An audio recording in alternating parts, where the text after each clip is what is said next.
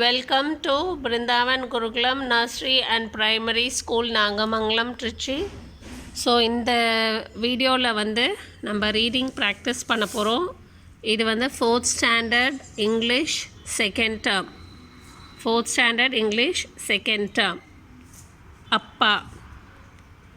Keeraikuppam was a small coastal village near Nagapattinam. Even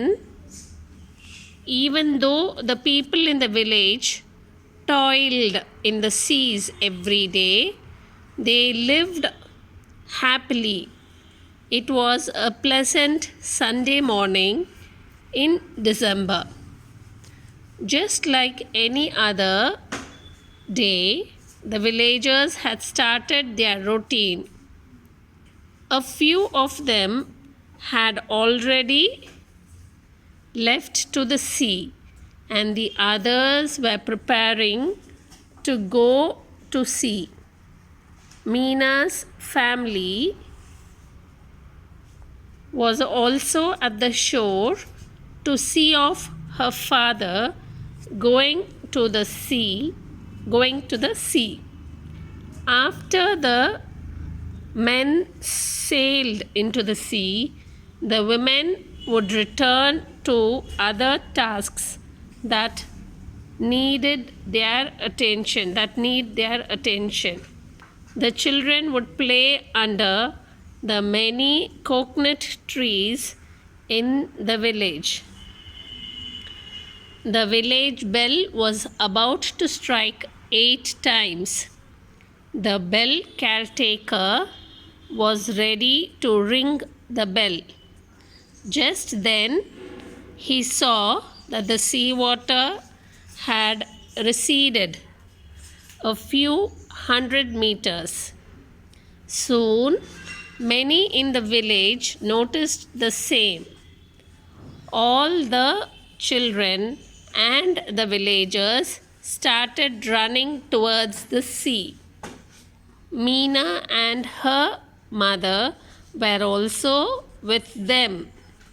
The seawater continued to recede. All had gathered along the shore to see it. The bell hit 8 times.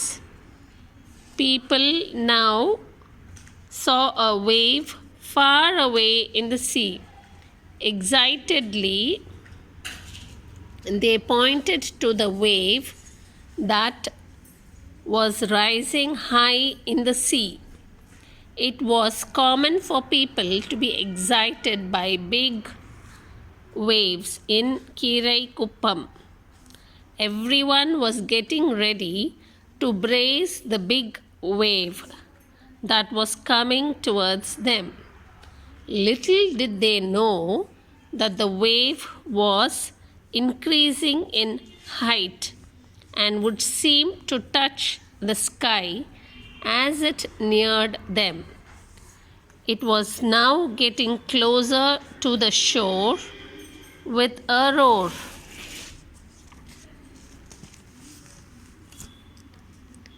Gazing at the wave far away, Mina's mother felt a sudden fear gripping her. She felt that something was wrong. She caught Mina by her hand and started running towards their home. The wave came closer to the shore, had crushed the fishing boats. Before they reached their home, the powerful wave had hit the village. Mina and her mother could hear their friends and family screaming all around them. The seawater entered the village and washed out the huts and boats. The water hit their hut too. Mina and her mother were separated and thrown off. Then, slowly, The water receded again into the sea. Meena's mother gathered herself and searched for Meena. It was then that the second massive wave hit the village. Meena's mother was washed away by the wave. Meena whirled through the water, struggling to breathe. One moment she was inside the water and all was dark around her. In the next, she could see the sky. The wave banged her to the trunk of a coconut tree. She wrestled the wave and firmly hugged the tree. Soon she fainted. When she woke up, she was in the hospital. After she recovered, they transferred her to a rehabilitation center. The center housed nearly 99 boys and girls.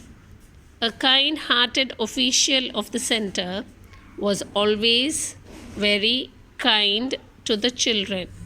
He often used to visit them with his family.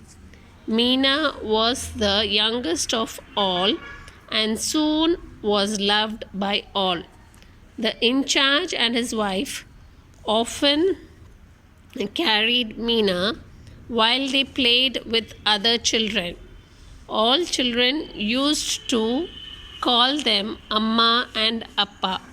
After 3 years, the official was transferred. He and his family continued to visit the center once a year for the next 5 years. Meena now opened her eyes. Her cheeks were moist. All this seemed like it happened yesterday. The school bell rang and Meena wiped her cheeks to get ready for her English class. Meena was good at studies and now was in the 12th standard. The teacher was teaching and Meena was writing her notes. She then heard a familiar voice calling her Meenu. She raised her head to see. She was surprised to see her father, the official, standing at the entrance. He was smiling. He was smiling at her. She stared at him blankly for a few seconds, with tears rolling down her cheeks. She jumped out of her bench and dashed towards him, calling Appa. Thank you, children.